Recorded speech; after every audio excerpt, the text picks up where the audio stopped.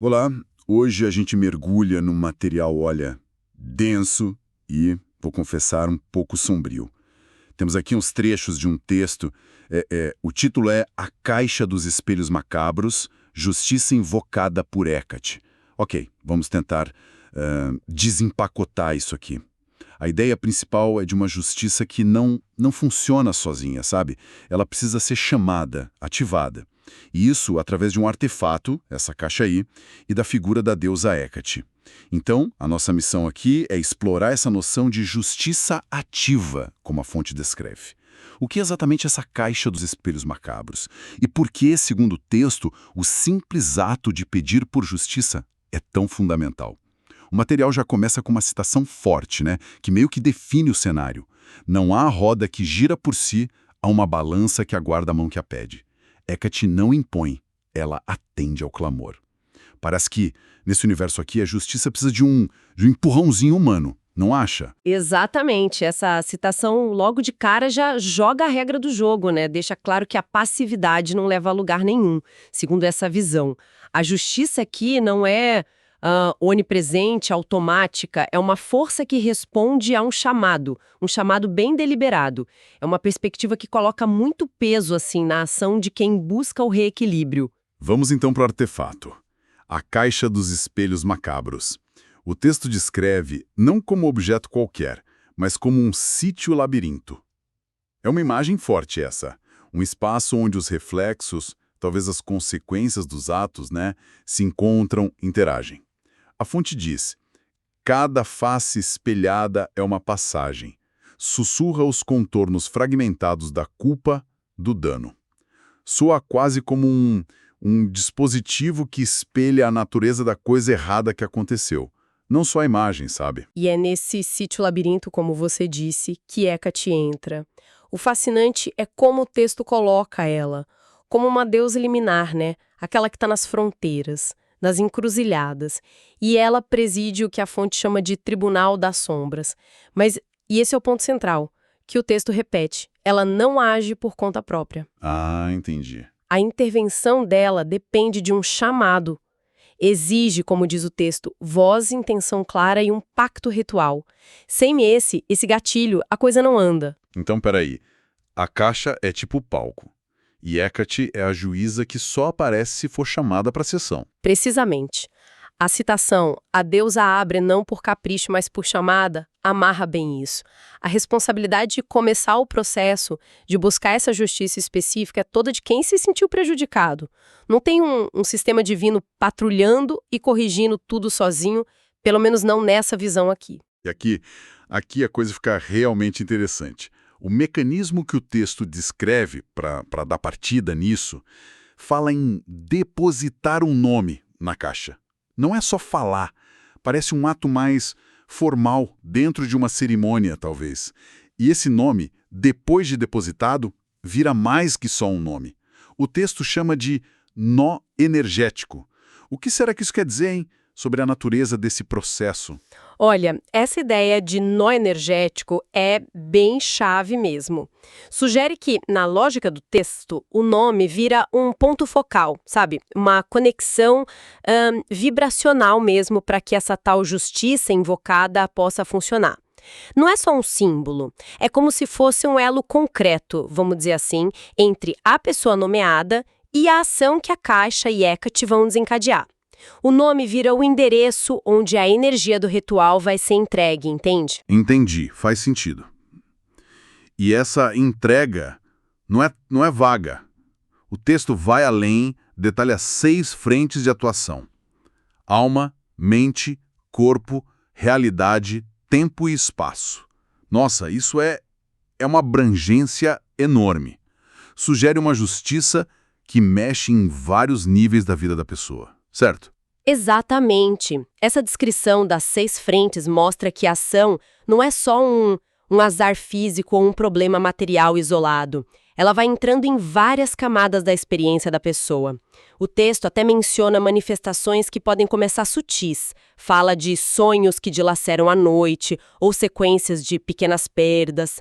Sugere mais um desgaste progressivo do que, sei lá, um raio caindo de uma vez. É uma ação que parece minando a estrutura da vida da pessoa em vários pontos, quase ao mesmo tempo. E tem a questão do tempo também. O texto menciona primeiros sinais entre 7 e 21 dias. Mas os desfechos podem levar semanas, meses. Tem aquela frase, o espelho não apressa, ele ecoa, e o tempo responde conforme chamamos. Por que essa demora, essa temporalidade? O que você acha, lendo a fonte? Bom, se a gente tenta conectar isso com um quadro maior, né? Essa temporalidade que não é linear, ela está bem alinhada com conceitos de várias tradições esotéricas. A ideia é que as coisas se manifestando no plano físico, ainda mais quando envolvem mexer com energia ou com a realidade, bom, isso não é instantâneo. Precisa de tempo para se desdobrar, para achar os caminhos nas estruturas que já existem. A justiça descrita aqui não é tipo um raio, é mais como uma infiltração, sabe? Que vai reestruturando a situação aos poucos, por dentro, operando, como a fonte sugere, pelas frestas da realidade comum. Isso leva a gente para um dos argumentos mais fortes do texto, eu acho. A razão pela qual essa justiça ativa seria necessária. E aí vem aquela frase de impacto. O universo interpreta silêncio como autorização. Isso é bem radical, né? Essa ideia de que ficar quieto diante de uma injustiça é lido pelo próprio cosmos como um sinal verde para ela continuar. Sem dúvida. É uma das ideias mais provocadoras mesmo do material. Ela vira de cabeça para baixo a noção de um universo que é justo por natureza ou de forças cósmicas que corrigem tudo sozinhas. Nessa visão, a inação da vítima, de quem foi prejudicado, tem um peso ativo. O silêncio não é neutro, não. Ele permite que a teia da injustiça, como o texto chama, continue ali intacta. E é por isso, então, que o ato de pedir, de invocar Hecate pela caixa, é tão importante no texto. Ele descreve isso não como vingança, apesar de admitir que a linha é tênue, né? E tem o risco de cair nisso, mas como um ato consciente de reintegração. Um pedido formal para reequilibrar a balança cósmica. A citação é direta.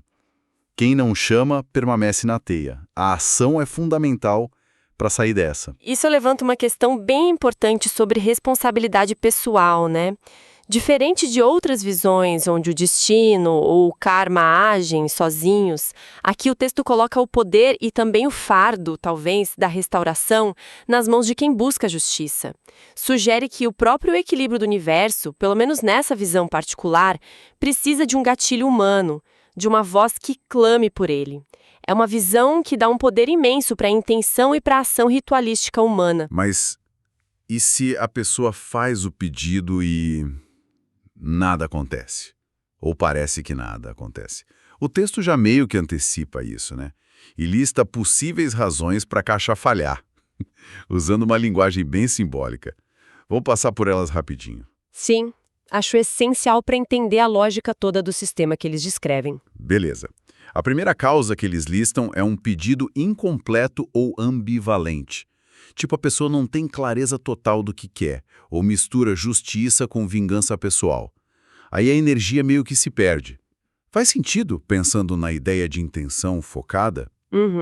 Segunda, silêncio pós-ritual. A pessoa participa, mas depois duvida, ou até tira sarro, ou simplesmente esquece o propósito. Isso, segundo o texto, enfraqueceria a conexão, minaria a força da tal egrégora que sustenta o processo. Pois é. Terceira, proteções externas do nome.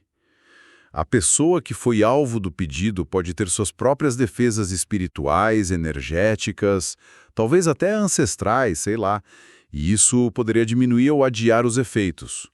Tipo um contrafeitiço, natural ou feito de propósito.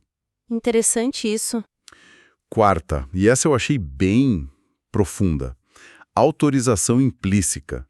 Se lá no fundo, no inconsciente, quem pede acredita que merece o sofrimento ou a injustiça que passou, o universo, nessa lógica, respeitaria essa crença interna, e aí não agiria contra ela. Nossa, pesado isso. Quinta, desalinhamento kármico pessoal. Aqui o texto sugere que, às vezes, aquele sofrimento fazia parte de um aprendizado, de um processo evolutivo que a própria pessoa que pede precisava passar. Nesse caso, o Hecate, como guardiã de certos equilíbrios, não ia interferir. Entendi. E, por último, a sexta, falta de devoção na celebração. Participar do ritual só por fazer, sabe? Sem entrega de verdade, sem a fé necessária no sentido de foco e intenção, não geraria força suficiente para ativar o negócio. O que é fascinante aqui é o padrão que surge dessas 6 causas, né? Percebe como todas elas, de um jeito ou de outro, voltam para a pessoa que está fazendo o pedido? Sim, é o que parece, né? A responsabilidade é sempre de quem invoca, nunca do sistema em si. Exatamente. O texto constrói essa lógica onde a falha não está na caixa ou em Hecate, está nas condições que o solicitante não cumpriu, né? Falta de clareza, falta de fé, sustentada e entendida como intenção focada e confiança no processo, interferência de crenças internas que limitam ou até esse desalinhamento com um propósito maior que a pessoa nem sabe qual é. Reforça o tempo todo a necessidade de participação ativa, de pureza na intenção e de manter a conexão ritualística. Como diz outra citação-chave lá, a prisão dos espelhos responde não só ao vidro, mas à fé que age por trás do vidro. A fé aqui não é crença cega, né? É mais alinhamento e sustentação da intenção. O texto também menciona rápido um celebrante, um tal de Zahir al-Mist, mas foca mais no papel dele. Ele conduz uma cerimônia mensal que serve para alimentar uma egrégora. Você pode explicar um pouquinho o que seria essa egrégora, nesse contexto que está apresentado? Claro, o conceito de egrégora, ele aparece em várias tradições esotéricas, né? Basicamente descreve uma forma pensamento coletiva, uma espécie de campo de energia psíquica que é criado e fortalecido pela intenção focada e pelos rituais repetidos de um grupo. Ah, tá. Quanto mais gente participa com a mesma intenção e quanto mais regular e focado ao ritual, mais forte essa egrégora fica, ganhando, segundo essas tradições, a capacidade de influenciar eventos ou energias no mundo. No texto, a cerimônia mensal com o celebrante serve justamente para isso, para fortalecer a egrégora ligada à caixa e aos pedidos de justiça, tornando ela mais potente. Aquela citação, mês a mês, o coro de pedidos cria o martelo que bate na forja do destino, ilustra bem essa ideia de força coletiva acumulada. Entendi. Então a força não vem só do pedido individual isolado, mas da soma dessas intenções focadas ao longo do tempo. E para quem decide participar, existem conselhos. O texto não entra nos detalhes dos rituais, mas dá umas orientações conceituais, né? Sim, e esses conselhos são super coerentes com todo o resto que a gente falou. O primeiro é clareza na formulação interna do pedido, saber direitinho o que se busca. O segundo é sinceridade, buscar a reparação, o reequilíbrio e não a satisfação do orgulho ferido ou a vingança pura, porque o texto alerta para o risco da energia negativa voltar para quem mandou. Exato, cuidado com o rebote, né? Isso. O terceiro é manter a reverência. A descrença ou a zombaria, mesmo que só interna, minariam a força da conexão e da egrégora. E o quarto é entender o tempo cósmico, aceitar que os resultados podem não ser na hora, que o processo tem o ritmo dele. E olha só como esses conselhos são o antídoto certinho para as causas de ineficácia que a gente discutiu antes.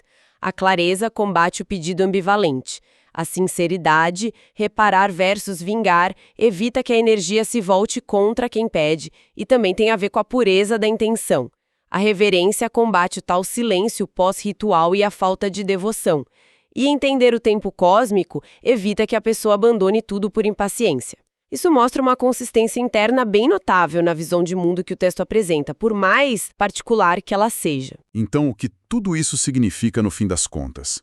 Depois dessa exploração dos trechos, a mensagem principal que fica ecoando é: a justiça, nessa visão ligada a Hecate e à caixa dos espelhos macabros, não é algo garantido, não é automático.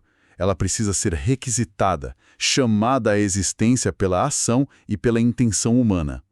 A caixa é a ferramenta, Hecate é a guardiã que preside, mas a ignição vem do clamor. O epílogo que foi citado reforça isso, né? Hecate não é tribunal impiedoso. É guardiã que pondera e atende ao clamor. Exato.